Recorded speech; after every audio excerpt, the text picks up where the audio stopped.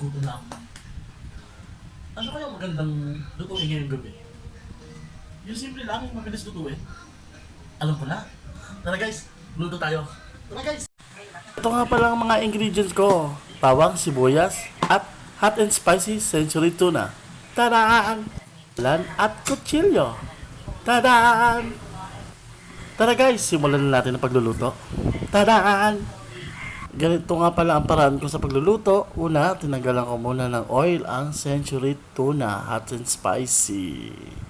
Nilagay ko muna siya sa isang mangkok. Depende sa inyo guys kung tatanggalin ninyo yung oil ng century tuna o hindi. Dahil magagamit nyo rin yan guys pagkatapos nyong maluto ang tuna omelette. Madalas namin lutuin ang tuna omelette lalo na pag gutom kaming dalawa ng aking asawa. Sinunod ko na rin hiwain ang bawang at sibuyas. Pagkatapos kong maghiwa ng bawang at sibuyas, eto na, tadaan!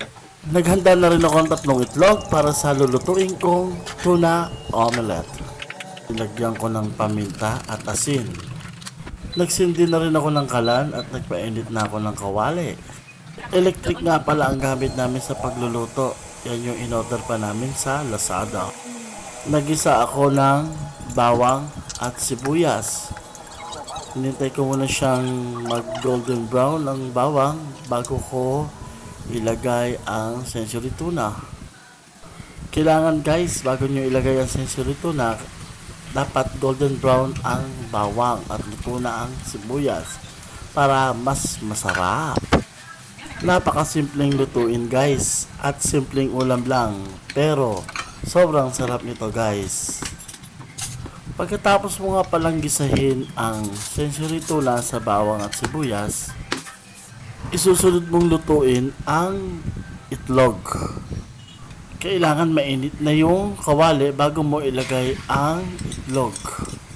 At para hindi rin mabilis madurog kapag ibinaligtad mo ang tuna omelette. Kung ang pakiramdam mo luto na ang itlog sa ilalim, pwede mo nang ilagay ang century tuna na ginisa mo sa ibabaw ng itlog. Hintayin mo lang ulit maluto at bago mo siya baliktarin. Okay guys, luto na po ang tuna omelette po natin. Pagkatapos maluto ng tuna omelette guys, pwede nyo pong gamitin yung oil na tinanggal ninyo sa century tuna dahil yan po ang pinaka sauce nya. Luto na guys ang tuna omelette with sauce. Tara guys, kain na!